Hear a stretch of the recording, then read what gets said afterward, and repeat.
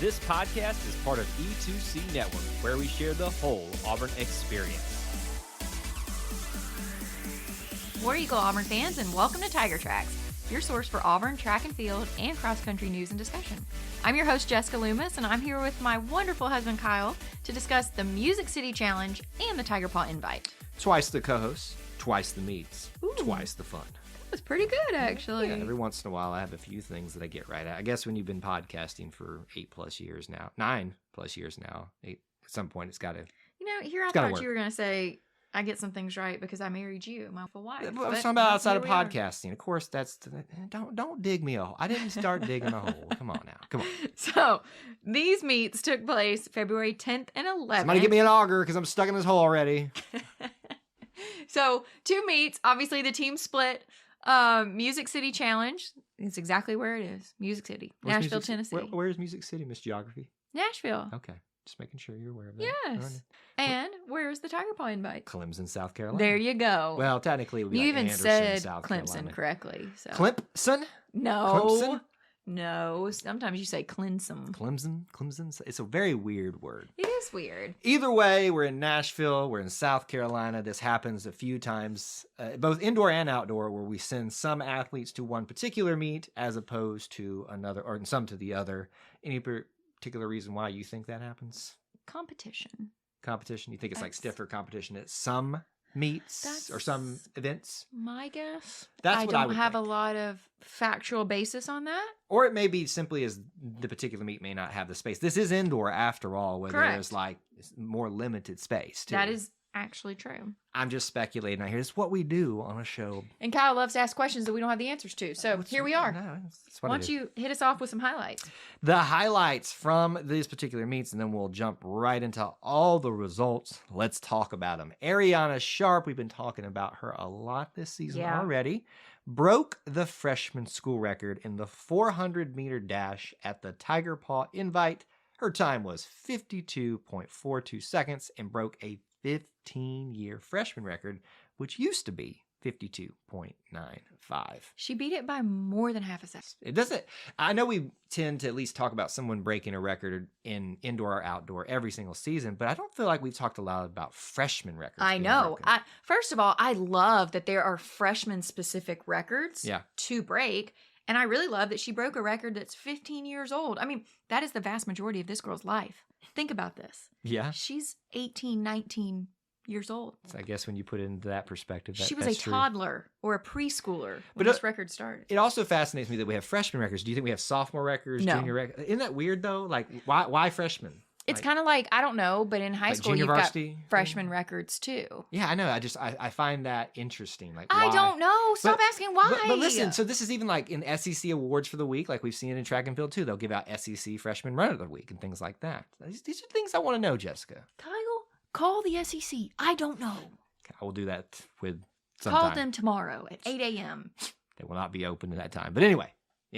All right, more highlights here. Another name we've been talking a lot about, Favor Ashe, moved to number 3. Number 3, folks. In the nation. With a 6.53 performance in the men's 600-meter dash semifinals. In the what? 600-meter dash? In the what? 600-meter dash? 60-meter dash. Whoa. I added a 0 on there. Kyle, if he ran the 600 in That 6.53 seconds, he would literally be faster than a cheetah. Yeah, I would say, who is that fast man? That's what I would be saying. So incredible performance by him. Not surprising that he's already number 3 in the nation, though. Correct. So we also had Maddie Malone winning the women's weight throw invite section with a mark of 21.75 meters. Mara Hewalt got a PR and placed 3rd in the weight throw invite with a throw of 21.28 meters. And of course, for the men's weight throw, Kyle Brown got a new PR and finished 2nd with a throw of 21.99 meters. So these highlights, what they demonstrate to me is what you've seen a lot this season already. The high points, or I should say, the strongest points of the team aspect of track and field so far for Auburn have been the sprints and the throws, as we were accustomed to in the throws. But much like last week, we talked a lot about different events. You know, jumps were really good for us last week. So it just depends on the week, obviously, who's actually competing and what. But this is very typical for Auburn right now, and I mean that in a good way. Sprints and throws dominating for Auburn so far. Absolutely, which really speaks to the diversity. Yes, that's the word I was looking for. Thank you. I couldn't come up with I was thinking like the That's what Renaissance aspect. Just call me Shakespeare. I got words coming out the wazoo. You said Shakespeare and wazoo in the same sentence. There was a reason for that. Okay, reasons. Why don't let's just move on to all the results before we mess this up even my further. goal is just to send her off down a rabbit hole before. He's done that. All right. All them highlights. Let's talk about them. We'll obviously start with our ladies like we typically do. And let's start talking about some jumps. The women's long jump, Janiyah Jones, 24th out of 60 competitors. A lot of people. 5.97 meters was her mark on the year. So it's a little bit lower than she's previously gotten at Texas Tech and Clemson, but still impressive. Elise Heddens, 57th out of those 60 competitors, 5.19 meters was her jump at the Tiger Paw. So moving on to women's pole vault, we had Alyssa Quinones placing 11th out of 15 with a vault of 3.9 meters. And Lexi Lena Weber placing 5th out of 17 in her section with a vault of 3.75 meters. It's interesting that everybody was a little bit lower than their previous marks in the season. Not necessarily saying that means anything, but it's an interesting trend to see right now. So early in the results that we're talking about right now. All the throws. We've got the women's weight throw. We've talked about a few of these already, but we'll start off with Danielle Gregory, who competed and 19 competitors in that particular group. She finished 6th, 18.45 meters was her throw. Moving back to what we've already mentioned, the dominance that is Maddie Malone and Mara Hewalt. Maddie with her first place out of 9 competitors, 21.75 meters, and Mara Hewalt, third place out of those 9, 21.28 meters. Great job by the two of them to almost take the podium completely for Auburn there. There you go. Just a little bit shy of that, but hey, we'll take it. Also, the shot put we've mentioned, Mara Hewalt, 4th out of 37 competitors, 16.56 meters was her throw there. And it kind of falls right in the middle, somewhat maybe the lower middle of where she's been throughout the season thus far. And Megan Haag, I guess that's how you pronounce that. I was going to say Haag. Haag. Megan Haag, 24th. Out of 37 competitors, 13.88 meters, exactly the same. I know. Isn't that interesting that she's thrown shot put twice this season and both times have been 13.88 meters? Do you think it's more frustrating if you get the exact same thing every time? Speaking as an athlete that happened to multiple times, it is more frustrating to be the exact same than it is to be even worse or just a smidge better. I can understand how that would be. A little bit frustrating at times. Yeah, absolutely. For women's high jump, we had Kamaya Dendy placing 20th out of 39 competitors with a jump of 1.64 meters. Then the women's triple jump, one of my favorites to watch, Essence Thomas placing 9th out of 29 competitors with her season best of 12.89 meters. So a difficult jump and even getting better at it. That's great. Yeah. Long distance stuff, at least to start off here. Women's 1 mile, Jean Kotze. Now, I think we're actually mispronouncing Kotze. I thought it was Katesy. Is it Katesy? Jean Katesy. I don't know. You've told me how to pronounce it before on the show. Jean, Janae, however pronounce it, we're sorry. 1 mile run for them. 35 out of 97 was Jean. 4 minutes, 51.9 seconds. Haley Marston, 66 out of 97 competitors on that mile run. 4 minutes, 59.9 seconds. Her best. This is the girl. I'm so proud of Haley. Look at that. So all season she's been 5 minutes, 5 seconds, 5 minutes, 6 seconds. She got under that 5-minute mark in like the best way possible. 4 minutes, 59.9 seconds. That's an amazing feeling, I'm sure. Women's 60-meter run. Shantae Clinkscale, 19th out of 72 in the prelim. Her time was 7.36 seconds. Shantae Clinkscale again in the finals. 13th out of the 23 that got to the finals there. 7.28 on that one. So a little bit faster in the finals. Significantly faster, actually, and her fastest all season.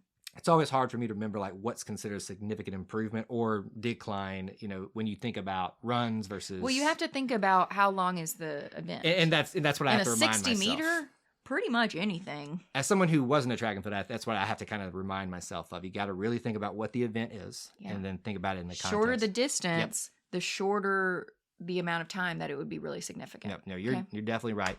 And then Nia Benton Andrews, a different event, a different location. She competed in the 60-meter dash and got 15th out of 15 competitors, 7.68 seconds.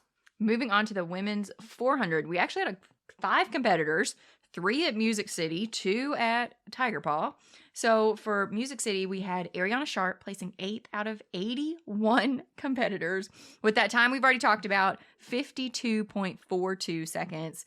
Abasiano Akpan placing 46th with her best of the season, 54.82 seconds. And Ashanti Harvey competed, placing 58th in 55.58 seconds. Then moving on to the other meet. At Clemson, we had Ariel Sharp placing 22nd out of 43 competitors with her season best of 58.14 seconds. And Layla Hasbrook placing 18th out of 43 in 57.84 seconds, which is her fastest of the season. Also. A lot of people running in this particular event. Absolutely. So for the women's 200, we had Shantae Clinkscale placing 27th out of 96 competitors in 23.74 seconds, and Nia Benton Andrews placing 16th out of 70 competitors with a time of 24.7 seconds. That was all the short distance stuff. Let's talk about the long distance stuff. I get to steal one of Jessica's favorite events, so she's going to have to sit there and just take it. The 4x4 meter relay. That's coming up in just a second. Coming up. Yeah. I thought you were talking about the women's 3,000. I was like, no, you don't like that one, though. Well, it's an athletic feat. It is. I couldn't imagine. To run that long and that well for that long, that's incredible. Hannah Tarwater in the 3,000 meter, 27th out of 56 competitors with a run of 10 minutes, 9.8 seconds. We also had Hallie Porterfield, who is 18th out of 24, 9 minutes, 36.1 seconds. Both names we're very familiar with in cross country. Then the 4x400 relay to round out the women's results. Names we're very familiar with. The Sharps, especially as part of this team, Amari Sharp, Ariana Sharp, Ashante Harvey, and Abisiano Akpan. If I mispronounced it, I'm sorry. They got 11th out of 25, just right up there in the top, portion of that group there. 3 minutes, 36.0 seconds. That was incredible. It's a good run for them. It is, and it's a 1.5 seconds faster than the last time they ran it, and it's the same athletes. Yep. Now, this time I did notice they changed up their 3rd and 4th leg, so you can tell that they are really trying to figure out where the handoffs are going to be best, what order to run these athletes in. And it is interesting that both times I believe it was both events that they placed their fastest runner either first or second leg. Yeah. So help me understand that. If you switch the 3rd to the 4th, you want the 4th one to be your fastest? So there are so many different ways to run this. Right now, Auburn is doing it kind of in their fastest runner is first leg. Okay. And the athlete that hasn't performed the best is 4th leg. Okay. Some schools do the exact opposite. Some schools like to have their fastest runner 4th leg. Make the ground, so right. to speak, yeah. However, I like Auburn's theory, which I assume is their plan, of let's start us out in a solid position. This also can do with who comes out of the blocks the fastest, because you think your first runner is the only one that's coming out of blocks. That's true. Everybody else is taking a handoff. So you have to, as the coach, kind of take that into consideration, who comes out of blocks, who takes handoffs the best, who gives to each other best. There are a lot of things that factor into that 4x4. The relay is a really good example, folks, for those of you that think they just go out there and run. They go out there and jump. There's a lot of planning, practice into certain elements, how you come off the blocks, as you said, that goes into something, especially this particular event. So it's a good example of how non-simplistic track and field is. And especially wait till outdoor when we get that 4x1, which is absolutely insane to watch those handoffs, where it is like, it just feels like a slap in the hand, like bam, bam, go. One more time. Nope, that was the one time. Okay. Moving on to some men's stuff, let's talk about men's weight throw. We had Kyle Moisen placing first out of 19 competitors with a throw of 20.63 meters. John Leonard placing 11th out of 19 in 18.43 meters. Then we had Kyle Brown placing second out of 8. This is in the invitational section with a throw of 21.99 meters, which is his best throw of the season. We talked about that. And Eric Ebel placing 7th out of 8 competitors with a throw of 20.53 meters. Good results, especially at the top part there. Both events from both the Kyles. I know, the Kyles always. What can we say? We're just pretty awesome. I'm just going to throw it out there. Anyway, moving on to men's shot put, we had Matthew Ruff placing 10th out of 26 competitors with a throw of 17.19 meters, which is his best of the season so far. And then Grant Griffin placing 12th out of 26 in 16.95 meters, his best of the season. All right, let's talk about some jumping events. The long jump, David Edmondson finished 18th out of 40, 7.23 meter jump for him. Michael May, 31st out of those 40, 6.84 meter jump for him. We then had the pole vault. James Corson, 3rd place overall, getting the bronze medal, 17 competitors total who is going up against 5.22 meters. And then Matthew Asplund was 14th out of those 17, 4.93 meters. Moving on to the men's high jump, one of our guys that we've talked about quite a bit this season. The pillars of the track and field team. Right. Dontavius Hill, who recently had a birthday, too. Happy birthday, Dontavius. 3rd out of 23 competitors with a jump of 2.16 meters. For the men's 60-meter hurdles, another one of those events that just absolutely just blows my mind when you think about track and field events. You're sprinting, but you're also launching yourself over these hurdles. Alex Spyridonidis placing 31st out of 42 competitors with a time of 8.28 seconds, his best of the season. And then Michael May placing 36th out of 42 in a time of 8.42 seconds. You know what I'm really proud of? I'm really proud of with the name Spyridonidis, how we've learned to hurdle over saying that. Well, we just need to stop. This podcast is horrible. That's good stuff right Nobody's there. gonna listen to You know this. that was good stuff. All right, the 60-meter dash. We've already mentioned the big highlight from this. Favor Esche, 2nd overall, 58 competitors there, 6.59 was his run. Azim Fahmy, 4th, just short of the podium, 58 competitors, obviously. Well, this is prelim, so there's no podium. Just let me have my podiums. I'm not going to let you be wrong. Just let me have my medals and my podiums. That's all I want. 6.65 was his run. And then Charlie Sexton, 43rd out of 58. 6.91s was the time for him. The 60 meters semifinals, we had Favor Esche, 2nd overall, the 21 that made it that far, with his 6.53, a little bit faster there from the initial run. Hazim Fahmy, 6th overall out of 21, 6.65 was his time there. And then in the finals, Azim Fahmy, 5th out of 6.62 meter, or that was his time, I guess. Almost 6.62 seconds. Thank you for finishing that. So, couple things to point out. Favor Esche, it said he did not start the finals. He qualified for finals, but didn't start. I was going to ask. It did not specifically say that he was disqualified. So he didn't like come off the blocks too quick, or because normally on results it'll say literally DQ, disqualified. So for some reason he just did not start that race, even though he qualified. Him and one other gentleman did not. So I'm going to ask, and just, I know you don't know, but just speculate. Why would someone not participate? Like, unless it was an injury, I truly have no idea. I didn't hear anything about that, so we'll So not I don't assume know. the worst until we hear anything. So. Yeah, that's why I wasn't even going to bring it up, because I don't like to assume. Well, that's what happens. So, You know what happens when you assume. We also, let's talk about Azim real quick. So look at his prelims, right. The original, he ran 6.65, which is exactly what he ran the last meet. Back to what you said, doing the exact same thing. You know, it's a little frustrating probably. Semi time, 6.65. Yep. The exact same thing. But in the finals, he got his season fastest, 6.62 seconds. That's amazing. And the fact that this would be his 3rd time competing in it in 2 days, that's amazing that he did his fastest run in the final, the finals. they need to call him not Azim, Azum.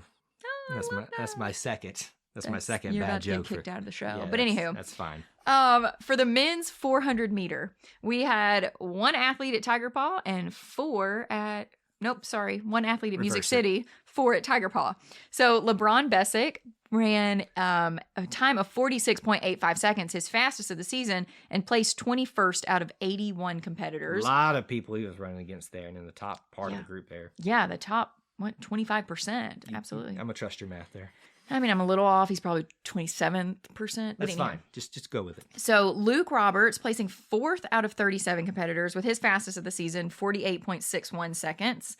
John Stevens, 19th out of 37, his season fastest, 49.79 seconds.